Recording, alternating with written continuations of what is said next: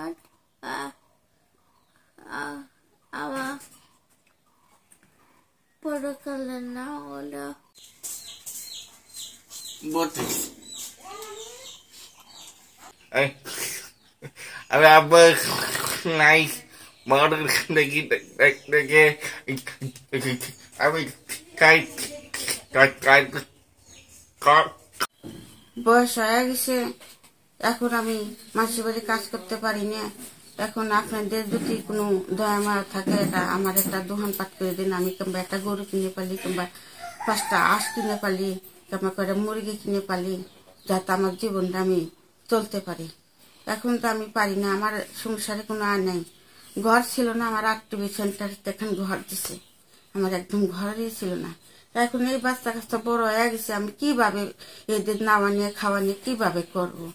এখন আপনার যদি আমার দিক না তাকান, তা আপনারা কিডা তাকাবে? তাই কারণ এখন আপনাদের কাছে আমার অনুরোধ, যে আমি অনুরোধ করি যে আপনারা আমার দিক তাকায় থাকেন, আমার কিছু সাহায্য সহযোগিতা করেন আপনারা। বছর বয়স, দুই ভাই বোনই অসহায় এবং প্রতিবন্ধী, দুজনে চলাফেরা করতে পারে না। এদের মা বিধবা, বিভিন্ন জনের বাসায় কাজ করে এদের সংসারটা চালায়। আমরা যদি তাদেরকে এলাকাবাসীর পক্ষ থেকে এবং আপনাদের মাধ্যমে যদি তাদেরকে কোনো কিছু হেল্প করতে পারি, তাহলে তারা সুস্থভাবে তার প্রতিবন্ধী বাচ্চা দুইটা নিয়ে চলতে পারে। এখনও তার বয়স হয়ে গেছে, বয়সের ভারে সে মানুষের বাসায় ঠিকমতো কাজ করতে পারে না। প্রায় দেখা যায় তার বাচ্চা দুইটা অনাহারে থাকে। আমরা এলাকাবাসী কিছু হেল্প করি তাদের জন্য। এখানে এই দুইটা অসহায় প্রতিবন্ধী বাচ্চা সহ এই বৃদ্ধ মহিলাটি অনেক কষ্ট করেন। উনি ওনার যখন শক্তি ছিল তখন উনি কাজ করতেন, কিন্তু এখন স্ট্রোক করার পরে উনি আর কাজ করার ক্ষমতা নাই ওনার। এখন আপনাদের মাধ্যমে আমি বলতে চাই, যদি কোনো দাতব্য বা কোনো গভর্নমেন্টের পক্ষ থেকে যদি কোনো সাহায্য করা যাইতো, কোনো আয়ের উৎস বার করা যাইতো, তাহলে আমরা অনেক কৃতজ্ঞ থাকতাম। এবং আমরা প্রতিবন্ধী দেখে বাপ ফেলা থেকে চলে গেছে, মায় তো আর ফেলেবে পার না, কো মার সন্তান মা তো কোনোদিন ফেলাবের পার না। মনে করেন মায় মানসি বাড়ি কাজ টাজ করে নে, তারপরে যে খাওয়ায়।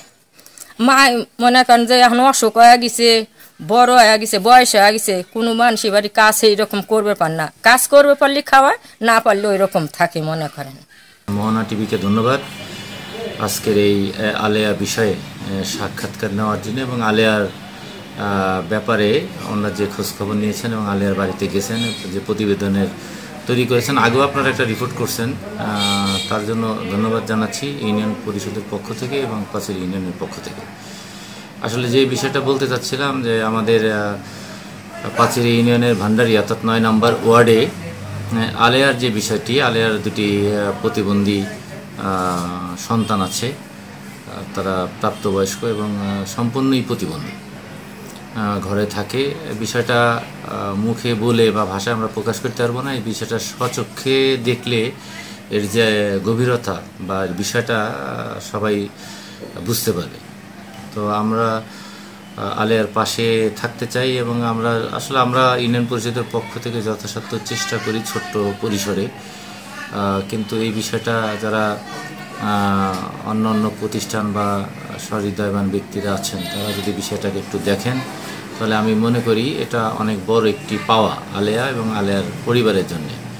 আমি যে কথাটা নিজেও 2 বার যেটা স্ট্রোক করছে এবং সেও খুব অসুস্থ একজন মানুষ, তো আলেয়ার পাশে থাকার জন্য সবাইকে ইউনিয়ন পরিষদ এবং চেয়ারম্যান হিসেবে অত্র ইউনিয়নের মানুষ হিসেবে মানবিক দিক বিবেচনা করে তার পাশে দাঁড়ানোর জন্য সবাইকে অনুরোধ জানাচ্ছি। সেই সাথে আমি আবারও ধন্যবাদ জানাই মোহনা টিভিকে, যারা এই বিষয়টি নিয়ে অনেক আগেও থেকে লেগে আছেন বা তাকে সাহায্য সহযোগিতা করছেন।